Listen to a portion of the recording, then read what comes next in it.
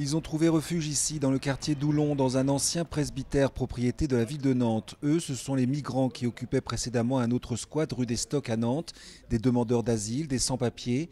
Certains ont perdu le peu qu'ils possédaient dans l'expulsion de ce squat le 30 juillet dernier. Ils ont venu à 6 heures du matin. 6 heures du matin, ils n'ont pas prévenu quand ils ont venu, ils n'ont pas donné du temps pour que les gens puissent récupérer les affaires et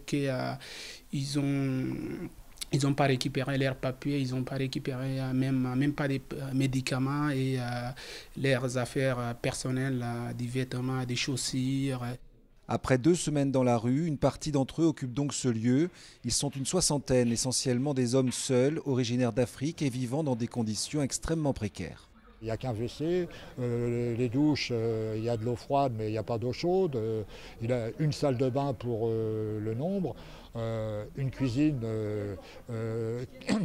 qui est un coin des plus spartiates, donc c'est pas possible de continuer à rester ici très longtemps. Dans le comité de soutien, on trouve des associations et des partis de gauche et plus étonnant, le mouvement des intermittents de Culture en Marche. Ça va faire débat forcément au sein de Culture en Marche. On n'est pas tous forcément sur la même position, il faut le dire. Mais je pense que dès la rentrée, les prochaines AG, ça va être quelque chose de très très fort de voir dans quelle mesure l'art et la culture, tout ce que l'on préconise depuis des mois dans le mouvement des artistes, des techniciens, comment il s'inscrit dans une suite logique par rapport à tous ces mouvements-là.